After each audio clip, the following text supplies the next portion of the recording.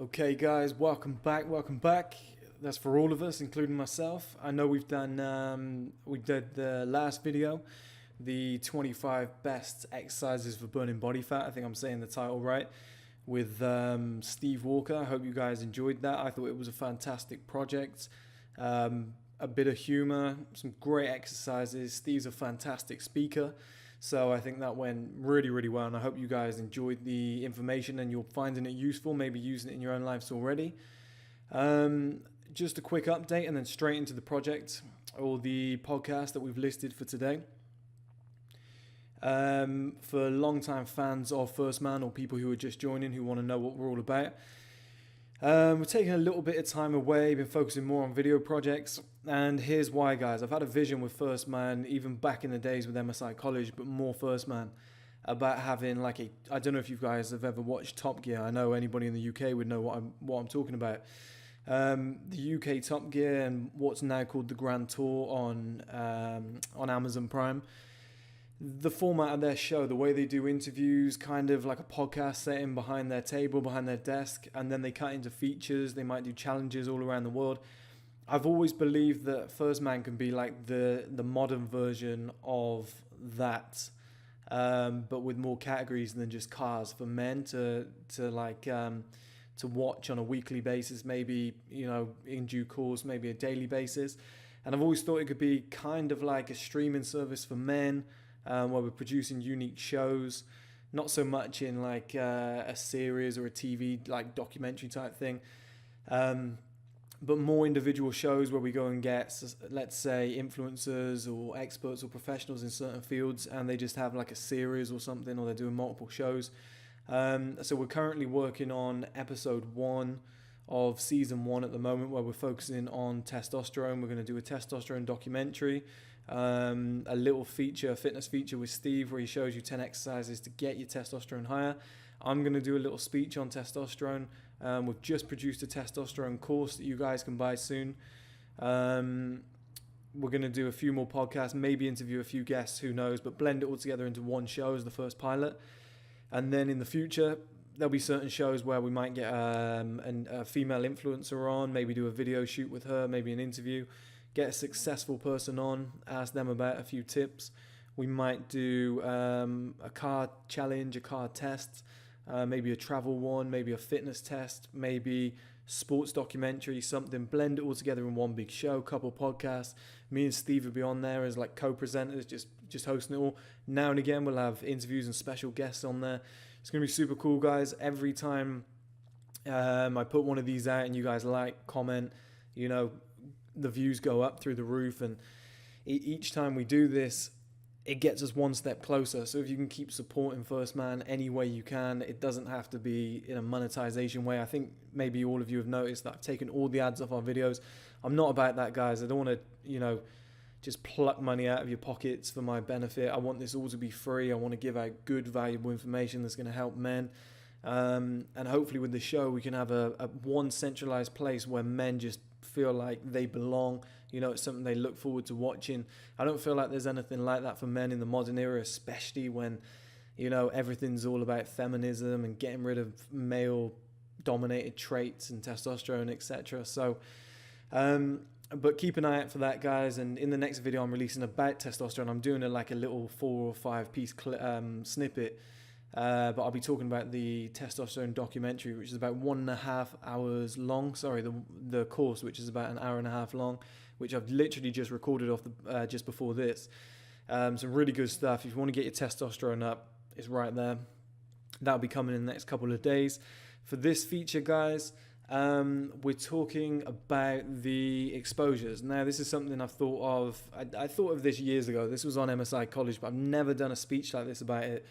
On the podcast, and it's nice to return to doing these sort of things again, because I know you guys used to love them. So I posted an article on this the other day on 1STMAN. It used to be the 3 exposures. I've upped that to 4 because I think in the modern era, I think this is something that a lot of people need. So without further ado, the 4 exposures, I believe, are 4 things that you need to experience in life before you become successful. Now, it doesn't mean you can't become successful before them, But if you don't experience them, I don't think you'll ever reach your, number one, your potential, and number two, it could all come crashing down on you. Exposure one is work rate. So with work rate, obviously, it's one that you'd expect. A lot of people think that a high work rate is maybe just doing a 40-hour week at work, 9 to 5, 8 hours a day, maybe push it to 10 by staying an extra hour on a couple of the days. It's, to be honest, guys, like, I don't want to downplay anybody's trade or whatnot. Like, every job is tough. And if you go into a 9 to 5 job, it's admirable. But if you're looking for high level success, the kind of work rate that you're going to have to put in is going to be a minimum 6 days a week. And most extremely successful people are doing 7. On top of that, you're going to, instead of doing the 8 hours a day, you're probably going to have to do minimum 12, most likely 16. And don't get me wrong, I know this sounds sickening, but this is how you get to the top level, because you do things that most people aren't willing to do, which makes sense. If there's a barrier to entry, you do extra hours, you do extra days. Long term, you're going to cross that barrier to entry with ease, because you're doing so many more hours than the average person. So in order to become a millionaire, billionaire, etc., it just takes a little bit more work, and the more hours that you're doing, the more you're thinking about your business or your idea or your trade or your craft, you're going to become better in a quicker space of time. And the quicker you can do that, the younger you are, the more energy you have. It's just an added up effect. Now, the exposure you need on work rate, you need to find somebody who is doing these kind of hours. And you need to hear it from a podcast like this, because I know so many people don't have mentors, they don't have access. Maybe they live in remote areas where, not many people are successful. There's a lot of areas like that. I know that I grew up in an area where barely anybody was successful, so it was quite hard to get these exposures. But if you can find somebody who is doing 16 hours a day, maybe 5-6 days a week, and you can see the way they work, the amount of focus they have, the attention to detail that they have, that's a massive exposure that's going to allow you to realize what it takes to get to the top. Now, exposure 2 is quality. And as I said in the article, this is actually becoming less and less important in the modern era. But it still exists in a certain sense. So it's becoming less important in the modern era because there's 2 types of content creators out there. There's top-level content creators, like let's say somebody like GQ or a Bloomberg, that always go for the most expensive equipment. They always go and get a world superstar like a David Beckham or a Roger Federer on the show. Or in one of their videos. But then you've got somebody like, I think Vice used to do it in the early days, but it's very much a feature of something like TikTok these days, where, people are creating 10, 15-second videos with their mobile phones. And they're a trashy, terrible level of content, yet people love them and they get millions of views. And that's kind of the way it's going in the modern era. But here's what people forget, is it's okay to create, let's say, 100 videos in a year that are all 10, 15 seconds long, upload them to TikTok, get 1 million followers. But the second you try and sell these people a product, if the quality is not there, they're not going to pay for it. Because people don't mind following somebody for free. If the quality is not great, they'll grow and build with you. But if the quality isn't top notch when you're asking them to buy or you're trying to monetize what you're doing, if that quality is not there, then you're going to suffer naturally. Now, if these people get paid by brands, it's not a problem, but a lot of people want to make their own products, their own merch, etc., maybe a couple courses or whatnot. And if you go with that same quality, you're going to suffer. So the quality exposure is being around somebody or a brand, or, just keeping your eye on like an Apple, as in the company, and just seeing the kind of quality that they're producing, the attention to detail, how many resources are going into what they do, the kind of experts that they're bringing in. I remember one of the iPhones, I think they tested something like 1,000 box designs in order to see what it was like when the customer slid the box out of the packaging, because they wanted it to feel futuristic. Now, I know the average person, including myself, wouldn't have that kind of, those kind of billions to do R&D. So, but that's like top level 1% stuff. So that kind of exposure, just knowing that there's people out there that are doing that at that level, it changes your mindset, so that next time you're creating your own products, you can keep that in mind and up your quality level. I think that's really important. Now, exposure 3 is wealth. As we said, a lot of people grow up in areas where not a lot of people around them are wealthy, which is fair enough. A lot of us can relate to that. I think this is why people in cities usually become more successful, and also become more successful younger, or begin starting their journey to success, entrepreneurial success, or even in business. There's a lot of high-paying jobs out there now. They do that a lot earlier because they're seeing it all the time. I know when I moved to London, all I was seeing all the time is just Lamborghinis, rich people, meeting millionaires. It's just a constant feature of a city life, especially somewhere like London. But you do need a wealth exposure at some point. The average person, as I wrote in the article, thinks that the person at the end of their road with a $30,000 BMW and a pool in their garden is rich. And don't get me wrong, they've done well for themselves. But it's always good to aim for the top and see who's at the top to know what is possible. So, I mean, billionaires are hard. There's not a lot of them, and they're always in demand, and they're so busy. But the bracket of, let's say, 10 to 50 million, there's enough people that have earned that kind of money. I mean, within probably 3 weeks of moving to London, I met like 6 people that were in that bracket. I don't think it's that hard as long as you're in the right industry. Most jobs, most CEOs or bosses of companies are in that kind of 1-2 million bracket. They have to be to pay wages, pensions, etc., or have to be earning that much from the company. But just being around people like this and just seeing how nonchalant they are with their cash, not in a bad way, but how it doesn't mean anything to them to drop maybe £1,000 on drinks for a night out for the company. That kind of thing, where for the average person it would be quite painful. Or the way they're able to just decide on a Thursday that they're going to fly to Paris, book a 5-star hotel, and spend 5,000 to 10,000. Now, I'm not obviously advocating this, but to be able to see this kind of behavior changes your mindset. It makes you realize that poverty isn't for everybody. We don't all have to suffer. There is enough to go around, and having a lot of money isn't a bad thing. It changes your viewpoint completely. It makes you aim for more, and it makes you a little bit more positive about, okay, if this person can achieve it and they're very similar to me, they're very normal, why can't I? And it makes it feel as though it's within reach. Now, the one way to get a wealth exposure, and this isn't for everybody, so if you've got some expendable cash, and only spend this if you have the ability to do so, the means to do so make this decision yourself. But one way to do this exposure, if you can't find somebody who is wealthy, is, let's say if you have 15,000 in your bank account saved up from a 9-to-5 job, you're just on the journey to your entrepreneur, ambitions, or maybe you've been struggling for a while, but you have good savings. Take around about 2,000 of that. Maybe fly to a different country or a different state if you're in America, because I know it's tough for you guys to travel outside. Most of you don't have passports. Travel to a different state, rent a crazy 5-star hotel or a villa, rent a supercar of some sort, maybe even grab an escort for the night if you're a single man. But again, that's up to you. Pay for an amazing meal at a great restaurant, buy some nice clothes, and just live that millionaire lifestyle for one day, one night. You got my permission. Burn through 2,000 if you can do it.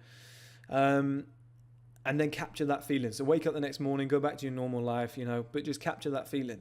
Just remember what it was like to have the most beautiful woman, the best car, the best hotel, or technically the best house. If you had a villa, you can make it feel like it's yours. You went to the best restaurant, etc. Just enjoy that for one night, take photos, capture it all in, and just keep remembering that, because that will be your wealth exposure, where you'll realize that can be your life. Obviously not every day, because if you're doing that every day, you're just going to get nowhere in life. You'll see on exposure 4 what I mean. But you could possibly live that life when you wanted to, maybe once a week, once a month. It depends on what kind of mindset that you have. But just knowing that is out there just keeps you motivated in the darkest of times, and as I said earlier, just lets you know that it's possible. So exposure 4 is reinvestment.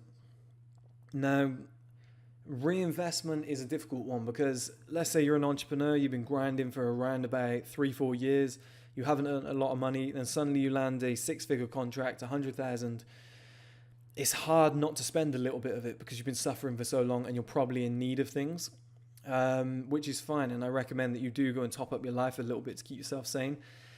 But here's the difference maker, right? So somebody who's going to end up being super successful in the future, multi-millionaire, they might have, let's say after tax, they were able to have 100,000. So they've got 100 grand that they can spend. A person who's going to be super successful in the future, a future millionaire, maybe billionaire, would probably reinvest around about 85,000 of that money back into the business because they believe in themselves. They want to take a gamble. To be honest, they probably put in around about 88,000. Reason being, this would leave them 12,000 left for a yearly wage of 1,000 a month, which they believe they could live on, because they'd rather sacrifice the now to have it all later on in life, which, is a mindset that is associated with successful people, and it works every single time. The problem is with this theory, guys, is you don't actually know what mindset you have until you earn that kind of money. This is the disappointing thing. I've seen so many people earn big money and, it's just renting escorts every night, buying a nice car, getting a mortgage and just being happy and satisfied. You don't know how rich you want to be until you get there, or how successful you want to be. Let's not tie it to money. But I would probably say from experience that the average person would probably have £100,000 after tax from their business or something, and they would probably go and spend, this is minimum, they would probably go and spend 50,000 on a car, mortgage, etc., and then keep the other 50,000 for reinvestment and to live on. And that's probably best case scenario. I would probably actually go as far as saying that the average person might drop 80,000 on their life and then use 20 to reinvest back into the business. That's just kind of the mindset of the average person. It's actually pretty opposite to a millionaire or billionaire. A millionaire or billionaire would probably put 80% back in. The average person would use 80% and then put 20% back in. And that's the difference. And it's tough, guys. It's so tough because once you've got that money in front of you, you start thinking of the good times. You want to take a little holiday, which, the occasional little holiday is fine. But just know that the more you put back in, the better, as long as you have a good idea. If somebody has paid you 100 grand, or 200 grand, about 180 with tax involved, with 100 grand left over, then you're probably onto a winner. You've probably got the right business model. But believe me, if you put around about 88,000 back in, you'll have a lot more than 100,000 this time next year. And that's just the fourth exposure. You need to meet somebody that's able to do that, who's got the balls to do that. Somebody who's going, okay, look, I just earned 100,000, 88,000 back in, bang. And you see them do it. And then you see the results from it. That's the most important thing. But if you see somebody who maybe earns 100,000, and they go and put 80 on a car and they're showing off and, they're buying champagne for all the women and stuff. It looks all great at the time, and you might think that guy's a winner or girl's a winner, but it's not going to end well. It never does in that scenario. The more you put back in, the better you'll do. In 99.9% of occasions, probably 100%. And that is the fourth exposure. So, as a quick recap, guys, we've got the work rate exposure, the quality exposure, the wealth exposure, and the reinvestment exposure. If you can get those four exposures somehow and be creative on how you get them, I don't know, I've suggested some ways, but if you can get those four exposures somehow and add them to your life, and that changes your mindset, when your time comes along to be successful, you won't mess up, you'll nail it. So that's the talk for today, guys. I appreciate your patience as always. I hope, like I said, you enjoyed the last video. This is going to be the start of consistent content. I think it's the first time we've produced 2 videos in a long time. And it's nice to have an array of videos too. So we have the more professional projects, and then we have just me talking on the mic. And the big series and shows are coming soon. They're going to be a lot more larger scale. But I think I'm going to continue doing these podcasts. I'm going to obviously get on video soon with my business partner when we're doing these other talks. And we're going to do singled out podcasts as well with certain guests. Just create, like I said, an array of content. But with these, I just don't really feel like there's any point in setting up a camera, because I can just grab a mic, just start talking, and just offer advice to you guys. And I think most people prefer audio too, because we're at work, we've got headphones in, or you're at the gym, you've got your headphones in, or you're going on a walk or whatever, Could be like a Saturday evening, whatever you've chosen to stay in. You've just gone out for a late night walk, 20 minutes or so, and you can listen to one of these. So I think they're perfect. So I think having, a good distribution of content is going to match a lot of people's needs.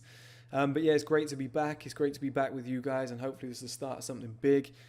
Hopefully the last time I spoke to you all, hopefully you've been working hard on your dreams, everything you want to do since. I wish you all the best as always. And a lot more to come, I promise this time, guys. There's no excuses. We're in a perfect position now. We've got money, we've got time. We've built the platforms back up. We've got the right people involved, the right skills. We've really been working on everything. So it's exciting times for us, but mainly you, because this is why we do it. We want to help every single one of you because we've been where you were. And, we're all growing at different rates. So thank you so much, guys. And you'll be hearing from me soon. Thank you.